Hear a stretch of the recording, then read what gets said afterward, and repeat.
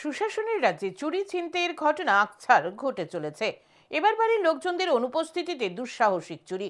ঘটনা বাঁধারঘাট মাতৃপল্লী এলাকায়। জানা গেছে, স্থানীয় বাসিন্দা দেবজিৎ রায় পেশায় একজন শিক্ষক।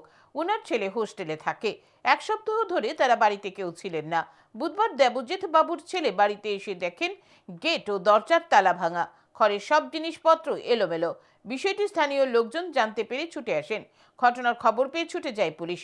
চোরেরা বিভিন্ন স্বর্ণালংকার নিয়ে গেছে বলে জানা গেছে। ঘটনায় এলাকায় চাঞ্চল্য ছড়িয়েছে।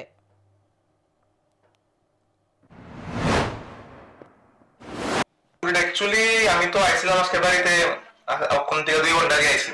2 ঘন্টা আগে এসে দেখি আমার কাঠের দরজা তালাটা ভাঙছে, তালাটা ভাঙছে, আইসা দেখি সব জিনিস বন্ধ বন্ধ। বাড়িতে তো নাই, আমরা গত 1 সপ্তাহ যাবত বাড়িতে আইছিলাম না আর কি।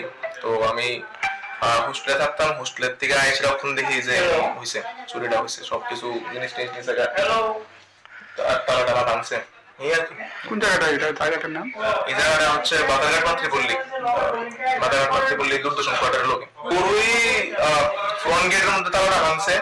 এরপরে আমাদের কাঠের গেটের মধ্যে, কাঠের দরজার মধ্যে তালাটা ভাঙছে, আর স্ক্রু টু খুলে ভাঙছে। আর যে জিনিস দিয়ে ভাঙছে জিনিসটা মানে পালাই গেছে।